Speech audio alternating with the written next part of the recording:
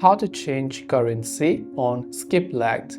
If you wish to change a currency on Skiplagged, it is rather quite simple for us to do so.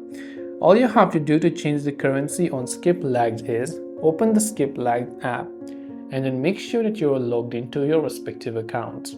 Then tap on the account icon located at the bottom right corner of the screen. When you're on the account page, you can currently see that my currency is set to USD, which is the default currency on the app, depending upon what region you are from.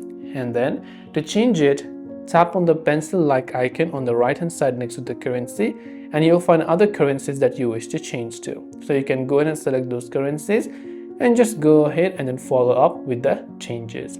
This way you'll be able to change currency within the Skiplagged app. I hope the video helped you out, and if you have any questions, feel free to leave them down below. Thanks for watching till the very end, and see you soon in the next video.